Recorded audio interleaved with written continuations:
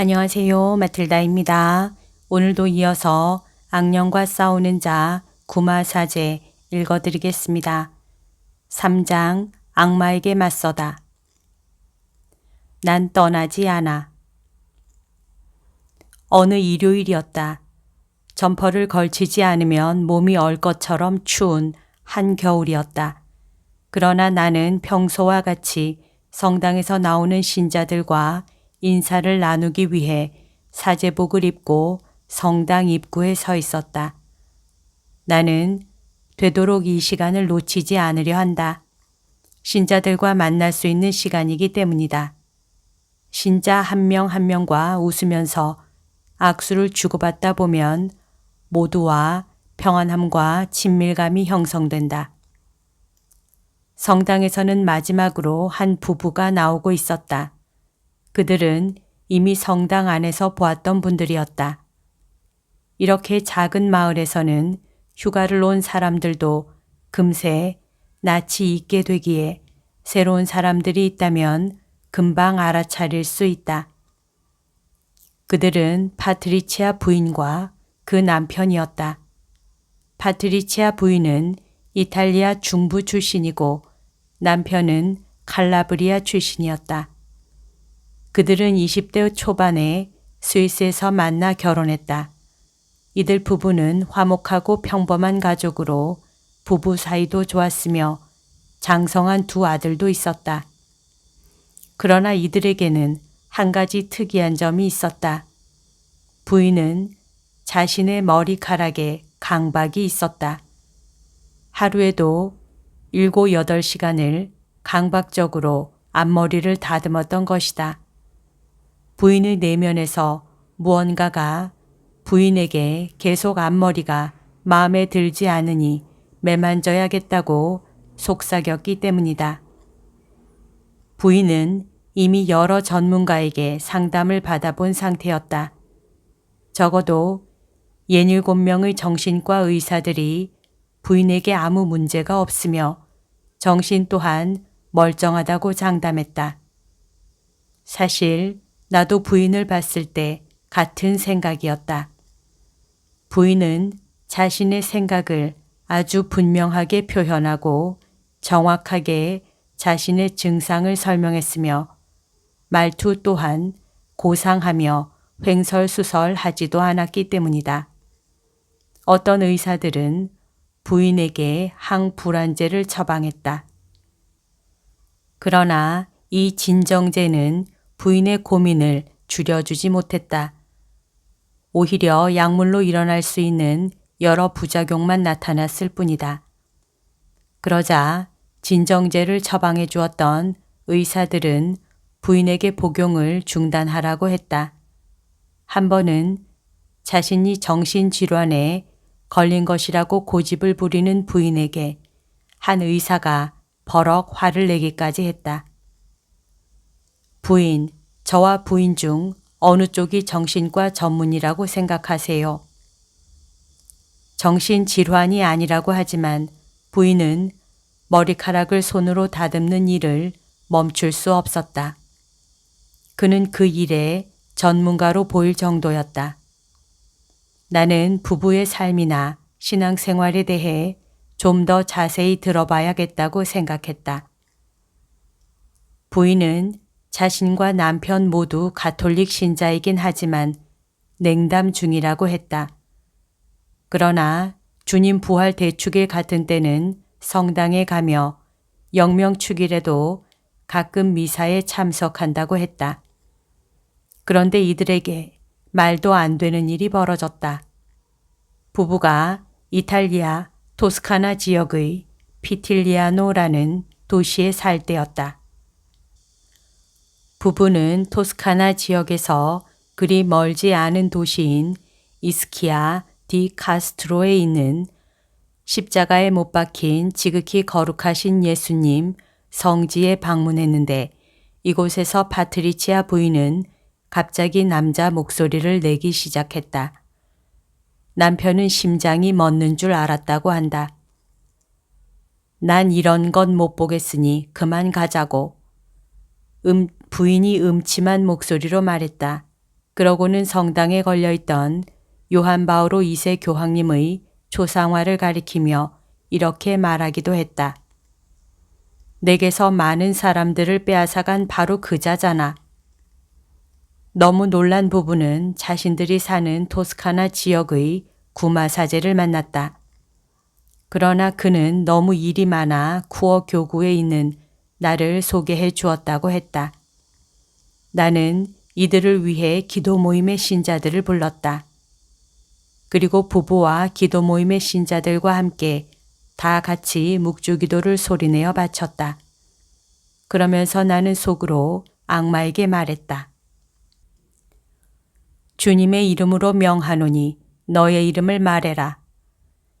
말없이 속으로 내리는 이 명령은 악마를 기습하여 부마의 진위를 확인하고자 할 때 쓰는 방법이다. 파트리치아 부인 역시 함께 기도를 하며 성모송을 바치고 있었다. 나는 머릿속으로 악마에게 반복해 말했다.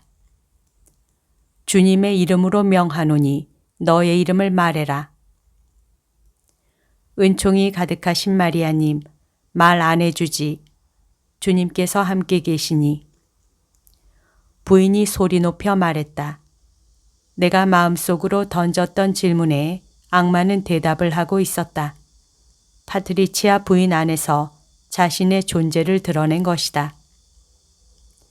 거기서 언제 떠날 거지? 나는 이번에도 마음속으로 물었다. 부인은 계속 기도를 하고 있는 중이었다. 천주의 성모 마리아님, 난 떠나지 않아. 이제와 저희 죽을 때 저희 죄인을 위하여 빌어주소서. 그때서야 나는 확신을 할 수 있었다. 실제 부마 현상이 우리 앞에 있음이 분명했다. 모두 묵주 기도를 멈췄다. 나는 영대를 걸치고 구마 예식을 시작했다. 탄로난 악마는 더 이상 숨지 않고 역시나 자신이 늘 하던 짓을 하기 시작했다. 부인은 갑자기 소름 끼치는 웃음을 터뜨리더니 목소리와 눈빛이 변했다. 그 눈빛은 도저히 악마라고 정의할 수밖에 없는 눈빛이었다. 그렇게 나는 격분하여 날뛰는 악마와 싸웠다. 파트리치아 부인을 위한 구마 예식은 매주 반복되었다. 악마는 내가 어떤 질문을 하든 같은 대답을 했다. 말하지 않겠어. 그러다 딱 한 번 다른 대답을 한 적이 있다. 부인에게 구마 예식을 진행한 지 몇 달이 되었을 때였다. 악령의 힘이 약해졌다 싶었던 이때 나는 다시 물었다. 언제 떠날 거지? 그러자 악마는 이렇게 대답했다. 크리스마스. 드디어 12월 25일이 되었다. 나는 기도 모임을 불러 다 함께 몇 시간이고 열렬히 기도했다. 평화의 왕이신 예수님의 탄생을 축하하는 이날, 파트리치아 부인과 가족들에게도 평화가 돌아오면 얼마나 좋을까 하는 염원을 기도 안에 담았다. 하지만 구마 예식을 반복해도 악마는 부인의 몸을 떠나지 않았다. 악마가 우리에게 거짓말을 했던 것이다. 과연 악마는 뛰어난 거짓말쟁이였다. 그는 세상의 기원과 시초부터 거짓말을 하던 자였으니까. 한편 파트리치아 부인은 이상한 일을 겪었다. 그것은 부인과 안면도 없을 뿐더러 아무런 연관도 없는 남자에게서 시작된 일이었다. 그 남자도 악마에게 고통받고 있는 처지였다. 그래서 그는 부인이 처음 도움을 구할 때 만났던 그 구마사제를 만났다. 그런데 그 구마사제는 이 남자에게 구마 예식을 하다가 그에게 씌인 악마가 파트리치아 부인에 대해서 하는 말을 들었다. 그 악마는 부인이 시달리고 있는 현상의 원인을 자세히 밝혔다. 그것은 부인이 젊은 시절에 있었던 일 때문이었다. 부인에게는 자신도 모르는 새 저주가 하나 걸려 있었다. 부인은 아주 아름다운 모발을 갖고 있었는데 하루는 스타일을 바꿔보고 싶어 머리를 자르려고 했다.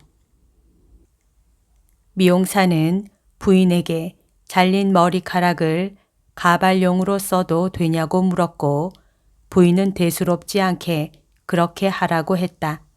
하지만 그 머리카락은 사탄의 의식에 사용되고 말았다. 그리고 나는 당시 부인이 친구들에게 카드 점을 잘 봐주곤 했다는 사실도 알게 되었다. 많은 사람들이 그러하듯 단순히 재미를 위한 것이었다. 문제는 부인의 점이 너는 인생에서 누군가를 만나게 될 거고 언젠가 부유하고 유명해질 거야. 자녀는 3명 낳을 거야. 라는 정도의 일반적인 예측 수준을 넘어선 것이라는 점이다. 부인은 아무도 알 수 없는 것들을 알아냈던 것이다. 자신의 이러한 능력이 인간의 한계 밖에 있는 능력임을 알아차린 부인은 결과가 두려워졌고 친구들에게 카드 점 봐주는 일을 즉시 멈췄다고 한다. 그러나 그는 이미 악마에게 문을 열어버린 셈이었다. 그를 해방시키려 했던 몇 개월 동안 나는 수없이 다음 기도문을 외웠다. 인류의 유혹자 사탄이여 내게 명하노니 너의 함정을 거부하고 너의 거짓을 드러내는 진리와 은총의 영을 알아보아라. 하느님께서 당신의 인장으로 표시해 주신 이 사람에게서 나와라. 이 여인에게서 떠나가라. 하느님은 당신의 영으로 기름 부어 그를 당신의 거룩한 성전으로 만드셨다. 그러므로 사탄이여 물러가라. 성부와 성자와 성령의 이름으로 명하노니 물러가라. 교회의 신앙과 기도로 명하노니 멀리 떠나가라. 예수 그리스도의 거룩한 십자가의 표징으로 명하노니 도망가라. 주님께서는 세세에 영원히 살아계시며 다스리시나이다. 아멘. 그러나 악마는 단념하지 않았다. 이 가엾은 부인에게는 많은 악마가 머물고 있었다. 그리고 가장 힘이 센 악마는 약한 악마들에게 자신의 이름을 말하지 못하게 했다. 악마는 자신이 부마 증상에 시달리고 있다는 말도 안 되는 이야기를 하며 정신질환을 부정하려 애쓰는 가엾은 정신질환자라고 남들이 믿도록 하려고 간계를 부렸다. 악마는 그에게 모두 소용없는 짓이니 구마사제를 더 이상 찾지 말라고 종용하기도 했다. 부인은 자해를 하고 자살을 시도하는 지경에 이르러 자신이 미쳤다고 생각해야만 했다. 악마는 끊임없이 부인을 부추겼다. 나 자신과 남편 그리고 평생 이러한 고통을 겪어야 할 어머니를 둔 자식들을 위해서라도 차라리 죽는 것이 최선이 아닐까 라고 생각하도록 말이다. 악마는 그를 온갖 형태로 괴롭혔고 그는 끊임없이 머리카락을 가다듬는 행동을 멈출 수가 없었다. 파트리치아 부인은 꾸며서 만들어낼 수 없는 진짜 부마의 징후들을 보였다. 첫 번째는 사어인 라틴어를 이해한다는 것이었다. 모든 거짓의 창시자이며 거짓의 스승이자 인류 구원의 원수인 사탄아 물러가라. 그리스도께 자리를 내어드려라. 너의 모든 간책은 그분께 아무런 힘을 쓰지 못한다. 하나이며 거룩하고 공번되며 사도적인 교회, 그리스도 친히 당신 성혈로 얻어주신 이 교회에 자리를 내주어라. 하느님의 전능하신 손 아래 너를 낮추어라. 지옥을 뒤흔드는 거룩하고 무시무시한 예수님의 이름으로 기도하니 두려워 떨며 도망쳐라. 천상의 세력과 권능과 주 천사들이 모두 그분께 부복하며 케루빔과 세라핌이 주님은 거룩하시다, 거룩하시다, 거룩하시다. 그분은 천상 군대의 하느님이시다. 하며 끊임없이 주님을 찬미한다. 구마 예식이 진행되는 동안 부인은 이 라틴어 기도문을 완벽하게 이해했다. 하지만 구마 예식이 아닐 때나 일상생활로 돌아가면 다시 라틴어를 이해하지 못했다. 부인에게 나타난 부마의 또 다른 중요 징후는 멀리 있거나 알려져 있지 않은 것을 부인이 알게 된다는 점이다. 어느 날 파트리치아 부인은 토스카나 지역의 구마 사제에게 전화를 걸어 자신의 근황을 전했다. 안타깝게도 전혀 나아지지 않았다는 이야기였다. 구마 사제는 파트리치아 부인을 위로하며 많은 사람들이 부인을 위해 기도하고 있다는 말을 전하고는 그를 축복해 주었다. 그 순간 부인은 환영을 보았다. 토스카나 지역에 있는 친정집, 거실에 놓인 책장, 그리고 하얀색 가방 하나가 눈앞에 나타났다. 그러더니 내용물이 훤히 보이도록 가방이 열렸다. 가방 안에는 짐승의 내장이 담겨 있었다. 겁에 질린 부인은 부모님 집 근처에 살던 친오빠에게 전화를 걸어 확인을 해달라고 부탁했다. 부인의 오빠는 그런 물건을 찾지 못했다. 그러나 오빠에게 이 이야기를 들은 부인의 아버지가 전날 사냥감으로 잡았던 토끼의 내장을 하얀 주머니에 담가 놓았다가 요리를 했다고 알려주었다. 부인이 남편에게 빨간색 장난감에 대해서 이야기한 경우도 있었다. 다른 아이들처럼 남편 또한 어린 시절 장난감 자동차를 여러 개 모으고는 했다. 부인은 그 장난감들 중 빨간 페라리 장난감을 알아냈는데 남편은 자신에게 그런 장난감이 있었는지조차 기억이 없다고 했다. 부인은 말했다. 칼라브리아 집의 입구 벤치에 놓인 담요, 그 담요 아래에 빨간 페라리 장난감이 있네요. 시부모님이 확인한 결과 그 말은 사실이었다. 이처럼 부마로 인해 밝혀지는 사실이 반드시 부정적이고 악한 것은 아닙니다. 하지만 이는 악마에게 사로잡혀 있다는 분명한 징후입니다. 다른 징후는 어느 정도 꾸며낼 수 있지만 아무도 모르는 사실을 알거나 사월을 말하는 것은 흉내낼 수 있는 일이 아닙니다. 나는 파트리치아 부인이 정말 악마에게 사로잡혀 있다고 확신했습니다. 그러나 파트리치아 부인의 사례는 너무도 복잡한 사례였습니다. 사실 그를 도우려 했던 구마 사제는 2명이었습니다. 나와 토스카나 지역에 있는 다른 구마 사제였지요. 악마의 힘은 강했지만 묵주기도를 바치자 더 저항하지 않고 모습을 드러냈습니다. 그러나 악마는 자신의 이름을 결코 말해주지 않았습니다. 그를 위해 나는 2년 동안 구마 예식을 행했습니다.